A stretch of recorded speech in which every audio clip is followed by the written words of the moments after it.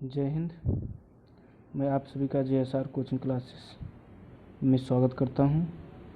मैं डॉक्टर शैलेंद्र यादव। कुछ important question biology में लाया हूं जो ये बहुत ही इम्पोर्टेंट है। 50 क्वेश्चन है, उसके टॉपिक के बारे में आपको पढ़ना है जिसमें कि आपको कोई परेशानी ना हो। तो देखते हैं क्वेश्चन। पहला क्वेश्चन, शुक्राणुओं की संरचना। गाइज ये पहले चैप्टर से है, इसमें शुक्राणुओं की संरचना के बारे में आपको देखना है, शुक्राणुओं की संरचना के बारे में समझना है। और इसके बाद ये क्वेश्चन अक्सर पूछा जाता है, इसके बारे में विधिपूर्वक आपको पढ़ लेना है। पढ़ के इसके स्ट्रक्चर के बारे में सब कुछ ध्यान देना है। इसके बाद दोहरा निषेचन, फिर मासिक चक्र। मासिक चक्र है, मासिक चक्र मतलब मेंस्ट्रुएशन साइकिल, इसे भी पढ़ना है। बहुभ्रूणता तथा अनिषेक फलन को भी पढ़ना है आपको। ये सभी इम्पॉर्टेंट क्वेश्चन हैं। इम्पॉर्टेंट क्वेश्चन में आप एग्ज़ाम के पीरियड में पूरा सिलेबस नहीं पढ़ सकते हो। इसलिए पूरा सिलेबस नहीं पढ़ सकते हो क्योंकि आपको आगे भी देखना है। जो इम्पॉर्टेंट है आपको समझ में नहीं आता है, उसी को इम्पॉर्टेंट मैं लाया हूँ जिससे आपको तैयारी अच्छी तरह से हो सके। जो ऐसे तो मैं तैयारी करवा चुका हूँ, लेकिन कुछ हमारे स्टूडेंट का ये चाहत थी कि सर कुछ अच्छे क्वेश्चंस बना दीजिए, नोट करा दीजिए, उसका वीडियो बना दीजिए जिससे हम लोग अच्छी तरह से तैयारी कर लें। अगला क्वेश्चन, बहुभ्रूणता तथा अनिषेक फलन। बहुभ्रूणता तथा अनिषेक फलन भी बार बार पूछा गया क्वेश्चन है। इसके बाद ससंजन, इसे भाई देख लेना सभी लोग। इसके फिर शुक्राणु जनन। शुक्राणु जनन ये इम्पॉर्टेंट है, ये इम्पॉर्टेंट है, इसे विधिपूर्वक पढ़ लेना भाई। आगे चलते हैं, भ्रूणपोष तथा भ्रूणकोष में अंतर, ये भी इम्पॉर्टेंट है, इसे भी अच्छी तरह से तैयार कर लेना। फिर अगला क्वेश्चन है, परागण किसे कहते हैं, वायु परागण व पर परागण में अंतर बताइए। ये भी कई बार पूछा गया क्वेश्चन है, यानी ये विषय भी इम्पॉर्टेंट बना लेते हैं। तो जो क्वेश्चन बार बार पूछे गए हैं उस क्वेश्चन को भी यहाँ रखा गया है। और फिर सारे क्वेश्चन जो आपके परीक्षा में सफलता दिला सकें, अच्छे मार्क्स दिला सकें। इसके बाद मैं गाइड्स आप सभी लोग को ये गारंटी देता हूँ कि इससे बाहर कोई क्वेश्चन नहीं आएगा, क्योंकि मैं 4 सालों से पढ़ा रहा हूँ। अगला क्वेश्चन, अंडाणु जनन तथा शुक्राणु जनन में विभेद बताइए, यानी अंतर क्या होता है, इनमें अंतर डिफरेंस क्या होते हैं। शुक्राणु जनन तथा अंडाणु जनन में क्या अंतर होते हैं उसके बारे में पढ़ लेना। फिर आर्तो चक्र ऊपर चला गया है, मासिक चक्र जिसे बोलते हैं वही है। फिर नर एवं मादा जनन में अंतर। नर एवं मादा जनन में अंतर यानी नर एवं मादा जनन तंत्र में अंतर है, जिससे वे जनन करते हैं उस सिस्टम के बारे में आपको पढ़ना है। फिर निषेचन को डिटेल्स पढ़ना है, फर्टिलाइजेशन जिसे कहते हैं, इसे आपको डिटेल्स पढ़ना है। निषेचन, फर्टिलाइजेशन, ये भी इम्पॉर्टेंट है भाई। कोई भी क्वेश्चन छोड़ना नहीं, पढ़ते रहिएगा, अच्छी तरह से तैयारी हो जाएगी। और हमारा एक संदेश और है आप लोगों को कि कोई भी लड़का क्वेश्चन एक भी छोड़ेगा नहीं, सारा क्वेश्चन करेगा, कॉपी भर डालेगा। इसके बाद जनन स्वास्थ्य एवं यौन संचारित रोग। भाई जनन स्वास्थ्य पढ़ना है आपको अच्छी तरह से।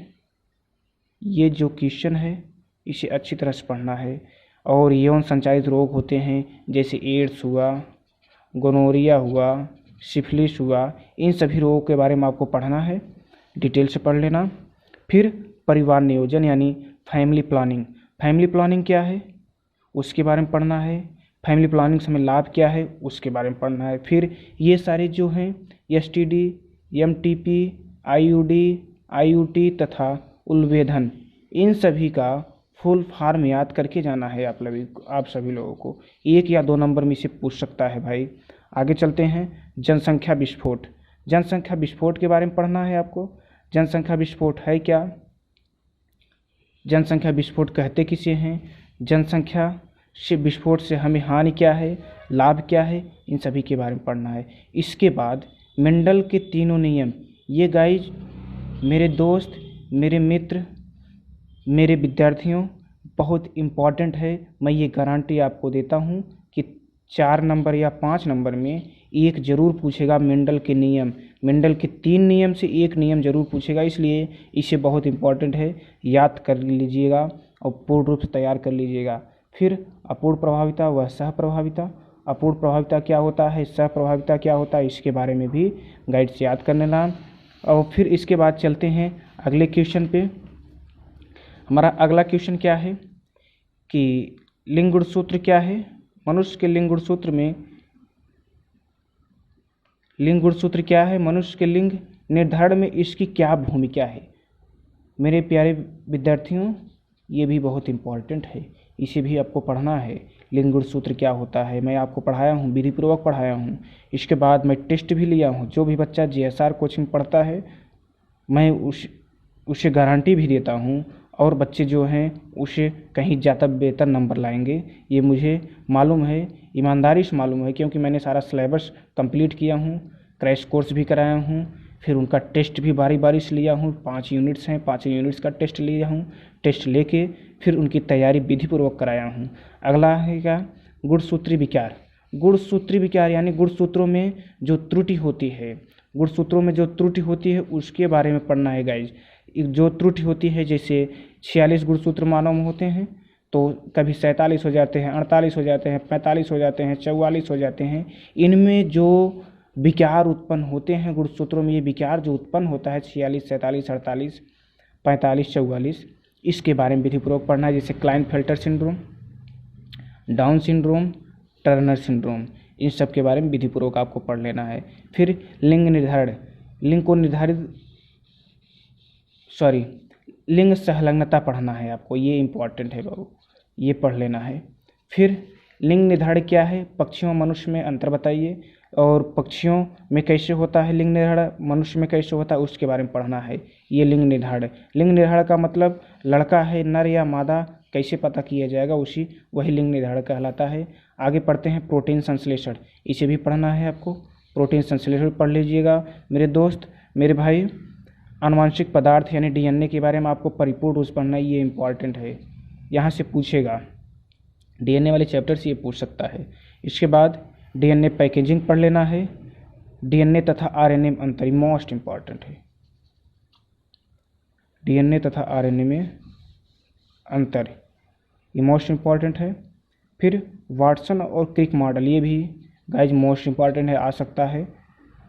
अगला देखिएगा DNA संरचना, ये तो बिल्कुल पढ़ लीजिएगा। यहाँ से जितने भी क्वेश्चन आपको दिए जा रहे हैं 50 क्वेश्चन का एबव मैं बनाया हूँ, सभी इंपॉर्टेंट क्वेश्चन है, जिससे आपको कोई परेशानी ना हो। फिर बात आती है इंटरफेरॉन। इंटरफेरॉन क्या है, इसके बारे में पढ़ना है। इंटरफेरॉन होता क्या है, उसके बारे में पढ़ना है। फिर मानव कल्याण में सूक्ष्म जीव का महत्व, जो मानव कल्याण में सूक्ष्म जीव होते हैं, जो ईस्ट होते हैं, उसका क्या महत्व है। लैक्टोबाइसिलस जो होते हैं, मानव जीवन में क्या महत्व है, उसके बारे में आपको पढ़ना है। प्रतिरक्षी से आप क्या समझते हैं, प्रतिरक्षी में जन्मजात होता है, उपार्जित होता है। गाइज प्रतिरक्षी में जन्मजात और उपार्जित होता है, ये भी इम्पॉर्टेंट है, इसे भी पढ़ लेना। आगे रोग के बारे में, यहाँ से भी ये जितने भी हैं malaria, dengue, typhoid, AIDS, cancer, इनमें से एक ज़रूर पूछेगा, तो इसे मेरे स्टूडेंट पढ़ लेना ज़रूर। इसमें से ये तैयार कर लेना, इसमें से एक ही पूछ देगा तो आपको बताना पड़ेगा, ना ही बताओगे तो नंबर कट जाएगा। आगे चलते हैं नशीले पदार्थ एवं इसके प्रभाव। जो नशीले पदार्थ, शराब, सिगरेट, स्मोकिंग किया जाता है, उसके क्या प्रभाव हैं, उसका क्या व्यसन, उसके व्यसन के बारे में आपको बताना है, उसका प्रभाव बताना है, उससे हानि क्या है, उसके बारे में पढ़ लेना है। आगे पढ़ते हैं संक्रमण एवं असंक्रमण रोग से आप क्या समझते हैं। गाइज इसके बारे में विधिपूर्वक पढ़ाया हूँ, आप भी संक्रमण और असंक्रमण के बारे में पढ़ना। फिर आगे देखते हैं कि मानव कल्याण में सूक्ष्म जीव, इसे भी मैं ऊपर बताया हूँ, मानव कल्याण में सूक्ष्म जीव का महत्व बताया हूँ, तो वही चीज़ ये भी है। फिर जैविक खाद्य के बारे में पढ़ना है आपको, जैविक खाद्य, जो भी क्वेश्चन आपका छूटेगा, मैं वो गारंटी लेता हूँ आपसे, कोई क्वेश्चन यहाँ से छूटने नहीं पाएगा। और इम्पॉर्टेंट क्वेश्चन बनाया हूँ, सभी क्वेश्चन बहुत इम्पॉर्टेंट है। फिर बायोरिएक्टर मेरे स्टूडेंट जो भी JSR कोचिंग पढ़ते हैं उन्हें बहुत विधिपूर्वक समझाया हूँ। पारजीनी जंतु के बारे में बताया हूँ। अगला क्वेश्चन पारजीनी जंतु, इसमें विधिपूर्वक पढ़ना। प्रतिबंधन एंजाइम के बारे में बताया हूँ। प्रतिबंधन एंजाइम बाबू बहुत इम्पॉर्टेंट है। पारजीनी जंतु बहुत इम्पॉर्टेंट है। पारजीनी जंतु होते क्या हैं, क्या प्रयोग होता है, प्रतिबंधन एंजाइम होता क्या है, इसका क्या प्रयोग है DNA में, इस प्रकार से इसे आपको विधिपूर्वक पढ़ लेना है। फिर बात आती है पुनर्योजन DNA तकनीक। पुनर्योजन DNA तकनीक क्या है बाबू, उसके बारे में पढ़ना है। पुनर्योजन DNA तकनीक होता क्या है, उसके बारे में आपको विधिपूर्वक पढ़ लेना है। पुनर्योजन DNA तकनीक यानी फिर से जब दोबारा DNA प्राप्त किया जाता है तो वही पुनर्योजन होता है। उसमें जो त्रुटियां होती हैं उसे अलग करना ही क्या कहलाता है, पुनर्योजन। फिर आगे चलते हैं बायोगैस। बायोगैस क्या है, संयंत्र के चित्र की सहित इसे समझ लेना, इसे बना के एक बार पढ़ लेना मेरे दोस्त। बायोगैस क्या है, संयंत्र का चित्र सहित आप बना लीजिएगा। फिर आगे चलते हैं बीटी फसल। बीटी फसल क्या है, इसका क्या उपयोग है, उसके बारे में आपको पढ़ना है।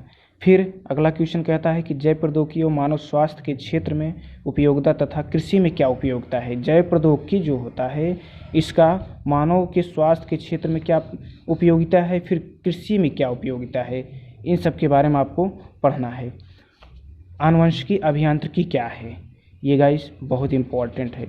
आनुवंशिकी अभियांत्रिकी क्या है, इसके बारे में भी आपको पढ़ना है। फिर जीन चिकित्सा, ये जीन चिकित्सा मैं पढ़ाया हूँ गाइज, अच्छी तरह से पढ़ना, अच्छी तरह से फिर से एग्जाम देना, पढ़ के देना, नोट से पढ़ना, किसी अदर चीज़ से नहीं पढ़ना, किसी बुक से आप नहीं पढ़ना, नोट से नहीं पढ़ना, आपको सब कुछ आ जाएगा यहाँ से। परभक्षी तथा परभक्षण में क्या अंतर है, परभक्षी तथा परभक्षण को परिभाषित कीजिए, ये पूछा गया है गाइज, कई बार पूछा गया है। इसके बाद सहोपकारिता, सह परजीविता और सहभोजिता के बारे में पढ़ना है। इंसुलिन के बारे में पढ़ना है। फिर एक प्रजाति आती है की स्टोन प्रजाति, की स्टोन प्रजाति के बारे में भी आपको पढ़ लेना है, अच्छी तरह पढ़िएगा। फिर 50वां क्वेश्चन है, क्योंकि मैं 50 मार चुका हूँ, 50 क्वेश्चन आपके हो चुके हैं। जैव विविधता की विवेचना कीजिए। भाई ये बहुत बार पूछा है, एक बार नहीं कई बार, 10 बार पूछ चुका है। अगला क्वेश्चन 51 नंबर, संकटग्रस्त जातियों पर टिप्पणी लिखिए। जो संकटग्रस्त जातियां हैं उस पर टिप्पणी लिखिए। रेड डेटा बुक में बताया गया है, संकटग्रस्त जातियों के बारे में रेड डेटा बुक में बताया गया है। अगला बाह्य परियोजना के बारे में पढ़ लेना है, रेड डेटा बुक आ गया है, इसके बारे में आपको पढ़ लेना है। यानी संकटग्रस्त जातियों के बारे में इसमें बताया जाता है, संचालित किया जाता है, उसके बारे में बताता है। फिर पुष्प की संरचना, ये भी आप पुष्प की संरचना अच्छी तरह से पढ़ना, पुष्प की संरचना अच्छी तरह से पढ़ना और संरचना बना के समझ लेना। IPSC नेम तथा WWF का पूरा नाम, ये भी पढ़ लेना है, इम्पॉर्टेंट है। राष्ट्रीय उद्यानों के बारे में पढ़ लेना है आपको, 1-2 नंबर में पूछता है। इसके बाद जाति क्षेत्र के बारे में पढ़ लेना है, 1-2 नंबर में पूछता है। फिर गाइज मैं आपसे ये कहना चाहता हूँ, जो भी ऑब्जेक्टिव क्वेश्चन है, 1 नंबर के क्वेश्चन है, इसे आप सीरीज से पढ़िएगा, इससे आप सीरीज से पढ़िएगा और सारा 1 नंबर और ऑब्जेक्टिव क्वेश्चन सारा सीरीज से रट डालिए। इसके बाद मैं जो बताया हूँ उसके बारे में पढ़ लीजिएगा, ज़्यादा आपको पढ़ने की ज़रूरत नहीं पड़ेगी। फिर पारिस्थितिकी तंत्र कहते किसे हैं, ये 56 नंबर क्वेश्चन है, इसके बारे में आपको पढ़ना है गाइज। ये सारे क्वेश्चन थे जो ये बताते हैं कि हम किस तरह से तैयार हैं एग्ज़ाम देने के लिए, हमारे जो विद्यार्थी हैं वह किस तरह से तैयार है देने के लिए। तो मेरे प्रिय स्टूडेंट, आप मेहनत से लगन से कीजिए, क्योंकि मैं इस बार का लक्ष्य रखा हूँ कि अब की बार 90 पार कर लेना है। दोस्त कहते हैं कि हौसला रखे रहो लाइफ में, और कमज़ोर हो तो क्या हो, हौसला आपके अंदर है, सब काम कर सकते हो। जय हिंद, जय भारत। और इसके बाद मैं आपसे ये भी कहना चाहता हूँ कि ये वीडियो ज़्यादा से ज़्यादा लोगों तक शेयर कीजिए, जिससे हमारे और जो बच्चे हैं उन तक पहुँच जाए ये वीडियो, जिससे उन्हें कोई परेशानी ना हो पेपर में, एग्ज़ाम में। और वीडियो को ज़्यादा से ज़्यादा शेयर कीजिए, जितना हो सके आप पढ़िए, इसके बाद दूसरे बच्चों को शेयर कर दीजिए। धन्यवाद।